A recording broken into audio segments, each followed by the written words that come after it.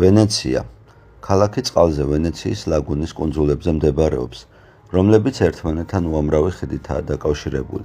ვენეციის ისტორიული ცენტრი იუნესკოს მსოფლიოს კულტურული მემკვიდრეობის სიაშია შეტანილი.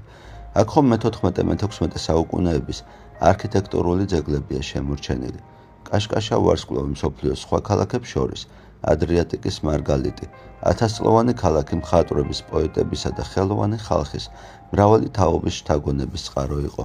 160-მდე ეკლესია და უამრავი სასახლე ნათლად მეტყველებს ამ ადგილზე, რომელიც ვენეციას ამ სამყაროში ეკავა, როგორც საზღვაო მბრძანებელს, სავაჭრო ქალაქს და ხელოვნების დედაქალაქს.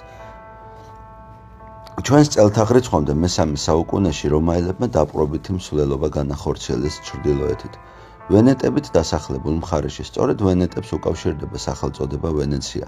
რომაელებმა იქ კოლონია აკვილია დააარსეს, რომელიც 402 წელს ვესტგოთებმა დაარბიეს, რასაც ჰუნების შემოსევაც მოყვა.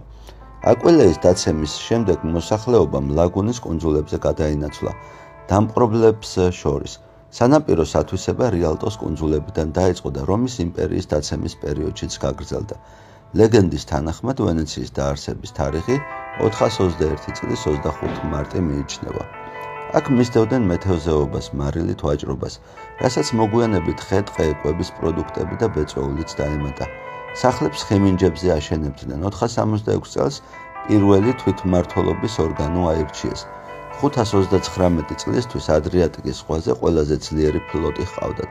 697 წლიდან, როცა პირველი დოჟი, ერთიანი მმართველი პაოლო ლუჩიო ანაფესტო აირჩიეს, 1787 წლამდე ვენეციის რესპუბლიკა არსებობდა.